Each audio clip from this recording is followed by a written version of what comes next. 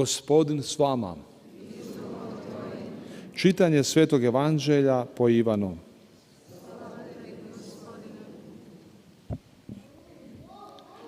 U ono vrijeme reče Isus Nikodemu: kao što je Mojsije podigao zmiju u pustinji, tako ima biti podignut Sin čovječiji, da svaki koji vjeruje u njemu ima život vječni. Uistinu, Bog je tako ljubio svijet, te je dao svoga Sina jednorođenca, da nijedan koji u njega vjeruje ne propadne, nego da ima život vječni. Da Bog nije poslao Sina na svijet da sudi svijetu, nego da se svijet spasi po njemu. Tko vjeruje u njega, ne osuđuje se, a tko ne vjeruje, već je osuđen što nije vjerovao u ime jednorođenoga Sina Božjega. A ovo je taj sud. Svjetlost je došla na svijet, a ljudi su više ljubili tamu nego svjetlost, jer djela im bijahu zla. Uistinu, tko god čini zlo, mrzi svjetlost i ne dolazi k svjetlosti, da se ne razotkriju djela njegova. A tko čini istinu, dolazi svjetlosti, nek bude bjelodano da su djela njegova u Bogu učinjena. Riječ Gospodnja.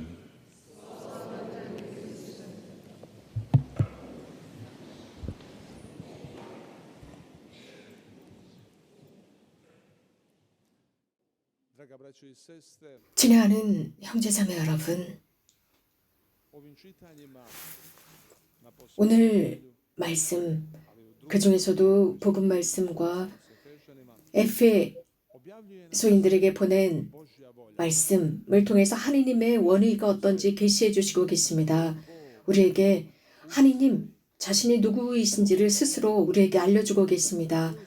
하느님께서는 무엇을 원하시는지, 우리를 향한 어떤 지향, 목적을 가지고 계시는지, 당신 뜻이 무엇인지를 밝히고 계십니다. 저는 사람들의 질문을 들었습니다. 하느님께서 어쩌면 이렇게 잔인하신가?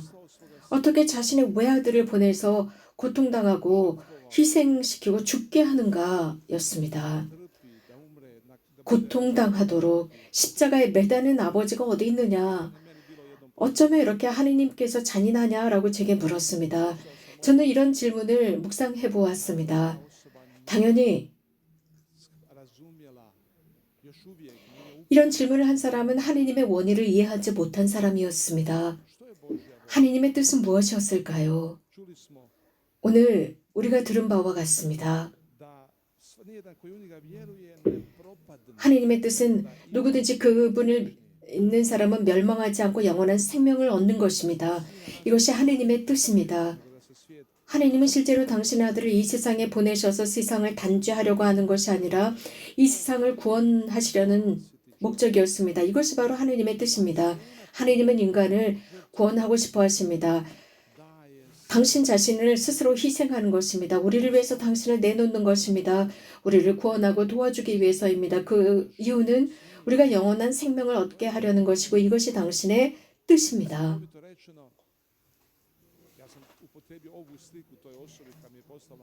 그분이 저에게 이런 질문을 했을 때 저는 이런 예를 들어서 이야기를 해주었죠. 어떤 어머니가 강가에 있었습니다. 그런데 아기가 그 강에 빠졌습니다. 그러면 어머니는 무엇을 하실까요? 당연히 그 엄마는 1초의 다른 생각도 없이 즉시 뛰어들어서 그 아이를 구할 것입니다. 자기 자신을 희생할 것입니다. 자신의 생명에 위협도 마다하지 않고 그 아들을 구하기 위해서 강물로 뛰어들 것입니다. 이렇듯 피조물인 인간도 이런데 하느님은 오죽하시겠습니까? 당신의 피조물인 우리들을 구하기 위해서 기꺼이 자기 자신을 희생하심으로써 우리들이 영원한 생명을 얻게 하시는 것, 이것이 바로 사랑이고 이것이 바로 하느님의 자애이십니다. 하느님은 여러 가지, 사실 인간을 돕지 않을 여러 가지 이유가 있습니다. 우리에게 등을 돌릴 많은 이유가 있습니다. 인간을 그냥 내버려둘 이유들이 매우 많으신 분입니다. 하지만 하느님의 자애, 관해서 언급하다 보면 이런 여러 가지 어떤 주제보다도 가장 강렬한 것이 하나님의 자애입니다. 하나님은 인간을 사랑하십니다. 이것이 그 목적입니다. 우리를 도와주십니다. 하나님께서는 인간 모습에서 당신의 피조물을 보십니다. 그래서 우리를 구원해야 되겠다라는 목적을 우리 안에서 보십니다. 예수님께서 자케오를 찾아가셨을 때 사람들은 수군댔습니다. 죄인의 집에 들어갔다라고 하면서 예수님을 비난할 요소를 찾아냅니다. 그러나 예수님은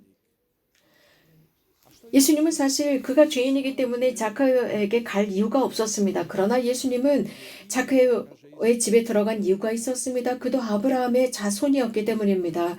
그래서 그의 집에 들어가셨습니다. 하지만 사람들은 또 다른 이유를 대면서 수군댔습니다. 자케오를 단죄했습니다. 죄인이라고 단죄합니다. 하지만 예수님은 다른 관점을 지니셨습니다. 그를 도와주기 위한 다른 어떤 설득력 있는 이유를 찾아냈습니다. 물론 그는 죄인이었습니다. 죄인이기 때문에 도움이 필요한 사람이었고 그래서 그 집으로 가십니다. 그 집에 들어가셔서 그를 도와주고 구원하십니다. 혹은 그 여인을 생각해 봅시다. 사람들이 돌을 들고 그에게 돌을 내던지려고 했을 때 사람들은 분명한 이유가 있었습니다. 그 여자를 돌로 쳐 죽이려는 분명한 이유가 있었습니다. 불륜을 저질렀기 때문입니다. 그러나 예수님께서는 그 여인을 구할 이유가 있었습니다. 그 여인, 물론 잘못을 했습니다. 또 돌을 집어들고 그 여인에게 돌을 던지려고 했었던 사람들은 있었지만 하느님은 단죄하시지 않고 인간이 죽기를 원치 않으시며 인간을 구원하고 싶어 하십니다. 형제자매 여러분, 자, 이유라는 것, 그것은 마음 안에 있습니다. 우리는 가끔씩 누군가에게 인사를 하고 싶어 하지 않습니다. 누군가와 말도 건네고 싶어 하지 않습니다. 누군가에 관해서 악담을 합니다. 그 이유가 무엇일까요? 우리들의 마음에 있습니다. 우리들의 마음이 협소하기 때문입니다. 그러면서 우리 마음 안에서는 저 사람이 이렇고 저렇고 이러니까 말하지 말자, 인사도 하지 말자, 등을 돌리자 등등. 왜 그렇습니까? 마음이 고집스럽기 때문입니다. 편협하고 사랑이 담기지 않았기 때문입니다.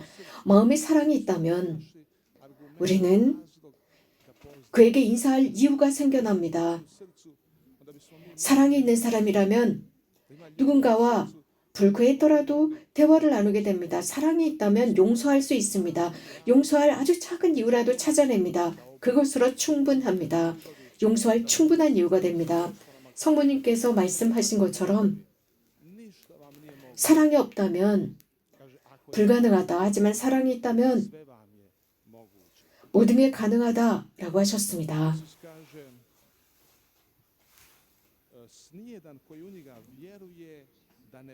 예수님은 말씀하십니다. 누구든지 그를 믿는 사람은 영원한 생명을 얻을 것이다. 믿음.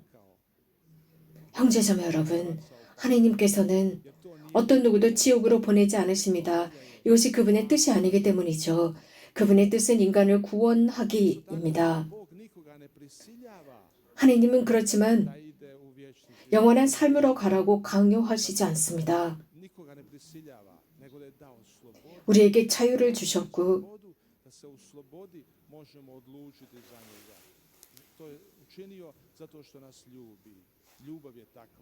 우리는 그 자유를 사용할 권리가 있습니다. 사랑은 우리에게 자유를 제공합니다. 그래서 우리는 그분을 반대한 선택을 할 수도 있습니다. 하지만 사랑은 그렇지 않습니다. 형제자매 여러분, 신앙은 선택입니다. 신앙은 우리에게 자유를 제공하고 하나님을 위한 선택을 하도록 자유를 제공합니다. 우리는 선택할 수 있습니다. 그래서 우리는 담쟁이 넝쿨처럼 그분께 의지할 수 있습니다. 형제자매 여러분, 주님은 힘과 권능을 지니고 계시고 지금 이 순간 어려운 순간을 우리는 살아가고 있습니다. 그래서 영적으로 훨씬 더 약해질 수도 있지만 우리는 빛을 볼 줄 알아야 합니다. 빛과 후광을 볼 줄 알아야 합니다. 아주 힘들고 어려운 상황일지라도 말입니다. 그것은 우리 마음 안에 자유가 있을 때 가능합니다. 믿음을 통한 자유입니다. 그 자유가 있다면 다른 차원으로 볼 줄 알게 됩니다. 형제자매 여러분, 믿음은 하지만 양분이 필요합니다. 양분, 신앙을 위한 양분은 기도입니다. 기도하지 않기 때문에 많은 이들이 무너집니다. 믿음은 기도를 통한 양분이 필요합니다. 예수님께서는 시몬에게 이런 말씀을 하십니다. 시몬아, 내가 너를 위해서 기도했다. 내 믿음이 강해지도록 기도했다. 라고 하셨습니다. 형제자매 여러분, 우리도 그렇습니다. 신앙을 위한 기도를 해야 합니다.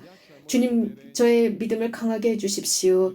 당신을 향한 제 신뢰를 든든하게 해주십시오. 라는 이 말을 자주, 또 주님, 당신께 의탁하나이다. 라는 말을 자주 화살기도로 반복해야 합니다. 형제자매 여러분, 신앙은 이런 양분이 필요합니다. 기도입니다. 형제자매 여러분, 왜 우리가 기도하는 것일까요? 우리는 하나님께 인포메이션, 정보를 드리기 위해서 기도하는 것이 아닙니다. 천상 아버지는 우리가 무엇을 필요로 하는지 우리가 청하기 전부터 아신다고 했습니다. 기도는 우리들의 마음을 변모시키기 위한 것입니다. 마음의 변모, 시간의 변모, 자비하신 아버지께 우리들을 개방하는 것입니다. 그래서 우리들의 마음을 변모해 주십사 하는 상태가 기도입니다. 우리는 사랑하기 위해서 기도합니다. 기도를 배워야 합니다. 사랑하기 위해서 기도를 배워야 하는 우리들입니다.